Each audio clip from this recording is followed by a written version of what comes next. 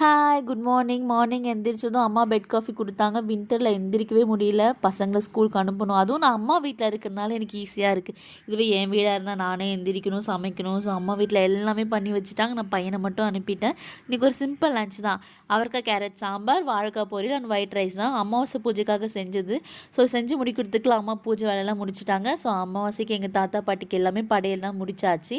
இன்றைக்கி எங்கள் வீட்டு பக்கத்தில் இருக்க ஒரு கோயிலுக்கு ஒரு 60-70 பேருக்கு ஆகுற மாதிரி ஒரு 5 கிலோ ரைஸ் போட்டு பிரிஞ்ச் ரைஸ் தான் செய்ய போகிறோம். நான் கிடையாது, எங்கள் அப்பா தான் செஃப்.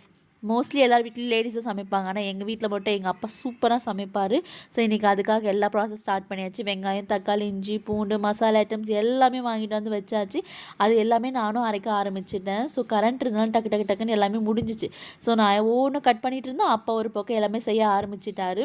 மணி ஸ்டார்ட் பண்ணும்போதே 1 o'clock. ஸோ ரொம்ப ஃபாஸ்ட்டாக முடிக்கணும், ஏன்னா ஈவினிங் போய் தம்பியை நான் தான் பிக்கப் பண்ணிவிட்டு வரணும். அதனால் ஸோ ரைஸ் அளவு எல்லாமே வச்சாச்சு. ஸோ பாருங்கள், வெங்காயம், தக்காளி, பச்சை மிளகா எல்லாமே போட்டாச்சு. மீல் மேக்கரும் போட்டாச்சு. இப்போ பாயில் ஆகிட்டுருக்கு. ஸோ அடுப்பு நல்லா எரிய வச்சாச்சு. அப்போ தான் நம்ம ரைஸ் போட முடியும். ஸோ எல்லா அளவுமே அம்மா தான், தண்ணி அளவு, ரைஸ் அளவு எல்லாமே சொல்லியாச்சு. ஸோ ரைஸ் போட்டு வெந்ததுக்கப்புறம் லாஸ்ட்டு ஃபைனலாக தம் போடணும். தம் போடும்போதே மணி 2:30. ஸோ என் பையனை போய் பிக்கப் பண்ணிட்டு வரணும். நான் கிளம்பிட்டேன். போய் போட்டு வரதுக்குள்ளே பிரிஞ்ச் ரெடி. ஸோ பாருங்கள், என் பையனுக்கு ஒரே குஷி. நான் போனதுனால இன்றைக்கி ரொம்ப ஹாப்பி. ஸோ ஸ்நாக்ஸ் கேட்டால் வர வழியிலே வாங்கி கொடுத்து தான் கூப்பிட்டு வந்தேன்.